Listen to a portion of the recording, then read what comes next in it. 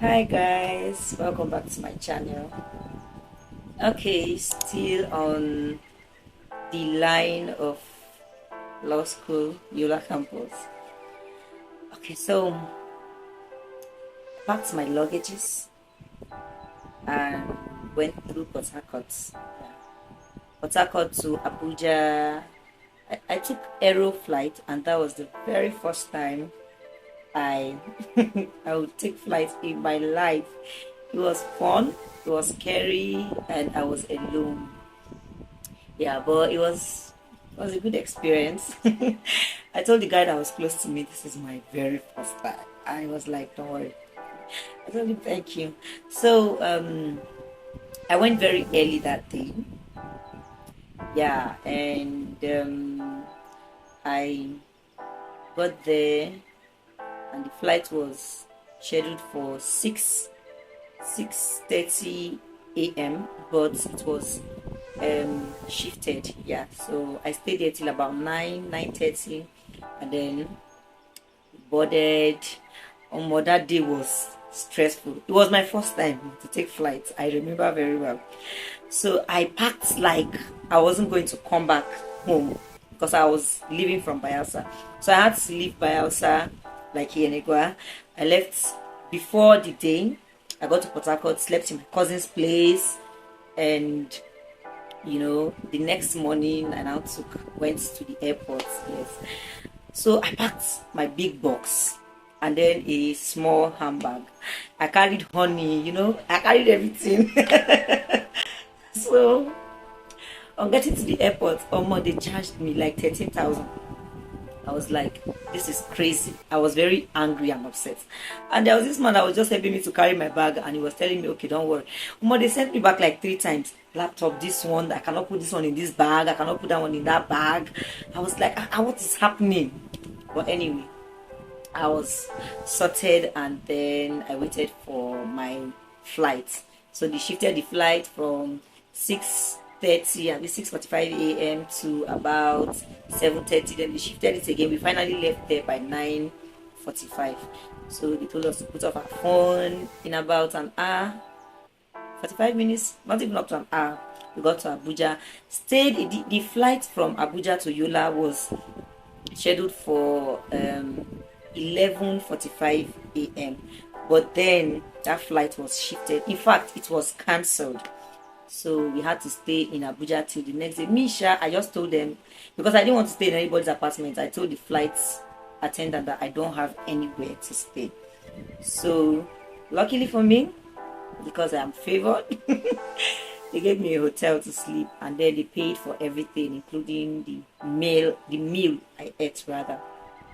So it was the next day they took us from the hotel back to the airport, and then the flight was for 6:45 a.m. and yeah, we arrived at Yola, I think 7:30 there, about 40 minutes flight. And finally I was in Yola. I went to the campus, did my registration in one day, and then finally I started classes the next day. I was so tired because I got there around 7:38 thereabouts. So I was extremely tired. I didn't go to class that day, but they said I could still go to class, I could still attend. I just slept inside the room. Then later in the day, I went and I did my registration in one day. So it was actually fun. The first day was not fun at all, though. And then the worst parts. After the first day, after my registration, the second day I went to class. Everything was still very strange to me. I just carried, I wasn't even able to get a notebook. So, I just carried one rough note, and everything was strange. The lecturer was just teaching, I think corporate law was the first thing. So the lecturer was teaching, and it was as if I was just writing. I didn't even know what I was writing. So, but then, as time went on, my friend kept encouraging me, Sarah Williams. She kept encouraging me, and she was like, don't worry, you will understand this thing later. So I said, thank God. I thought I was alone. So yes, the first few weeks may be like everything is knocking. It may not be the same. My experience may not be the same with yours. I'm just trying to say that the first few weeks may be strange because the environment is a new place, because that was my own experience. Yeah, it was strange. I wasn't assimilating anything. Everything they were teaching was like, and it was too bulky. You had to sit in class from morning till afternoon. And then where the mommy was kind of far. You take like 5 or 6 minutes to walk down to the place, and you have to walk very fast. And then you take like another 5 to 6 minutes to walk back to class, and break was like 30 minutes, and you have to eat, and you have to stand on a long queue to buy your food. So imagine the kind of stress you have to go through. So I was like, after the first 2 days I went to eat, I said no, I won't do this thing anymore. So what I did was I bought a carton of biscuits and this baby juice. I bought a carton too. So every morning as I'm going to class, I'll pack my juice and then my biscuits and then water. I had my bottle, so water and then off to class. So that 30 minutes I'll just sit and sit in the class. My notes were almost up to date. So as the lectures were going on, I was just doing screenshots and then I was just writing. So during break, I would try to meet up all those areas I wasn't able to meet up, because at the end of the class, you know that you have to do your task. So, but it was okay. You have to go to after classes, you sleep a bit if you have the energy. But if you don't, because there's no time, you have to read for your group meetings and all that. But then I didn't have time to sleep much in the afternoon because I just wanted to just get done with the day and just rest. Time was just never enough.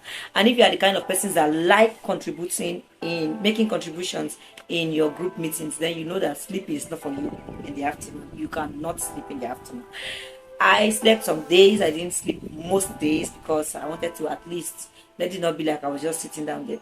And then at times when we're having our group meetings, you see people contributing things, and I was like, am I a stranger here? Am I the only one that does not know what is actually going on and stuff like that? But then after a while, I noticed that there are materials that people use because we know each topic for the next class. So it was actually easy for you to just, as they bring up the topic, you just start contributing from those materials. Yeah, those materials are actually good, but I encourage easy read, because definitely what they are teaching in law school is so bulky and they cannot bring everything in exam. So easy read helps you to focus on the areas that they bring questions. I'm not telling you that don't listen or pay attention in class or don't make your notes. Me personally, I like making my notes because it helps me understand better what I put down with my hands. Yes, go a long way than what I just read that somebody just wrote. So yeah, group meetings and then all that. Weekends is like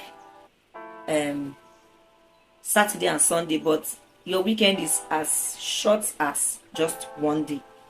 So yeah, and so it was generally stressful, but I had fun because I had my friend there, and law school brought us closer. We're just classmates in university, but law school helped us to be closer friends. We became partners, read together, and it was even better during our externship. Yeah, so talking about externship, yeah, during your externship period, you can choose where you want to go to. If you know that going back home would be distracting for you, it is better you stay in your place of posting, like where they posted you to for your law school. If you know that if you come back to your states or to your residence where your house is going to be distracting, I repeat myself, stay where you were posted to. Yes, I'm saying this because personally I chose Abuja, though I stay in Bayelsa. Yes, I chose Abuja because Bayelsa State, I have a business here in Bayelsa State, and I know that coming back to Bayelsa State, it will be like dividing my attention. So basically I decided to just choose Abuja, where I have no family, though few friends, but Yeah, so where I have no family, so it will enable me to read, because according to our lecturers, and they are very correct, they will tell you that there's no time, you will not even have time. But actually, your externship period is the best time for you to read. If there is anything you want to grasp, it's your externship period. During your externship period, if you plan yourself well, you can cover up all the syllabus. So one mistake I made during my own time was that I started from the beginning instead of to start from where I stopped in school. So yes, don't start from where you stopped, except you are a very fast reader. Don't start from the beginning, rather start from where you stopped in law school.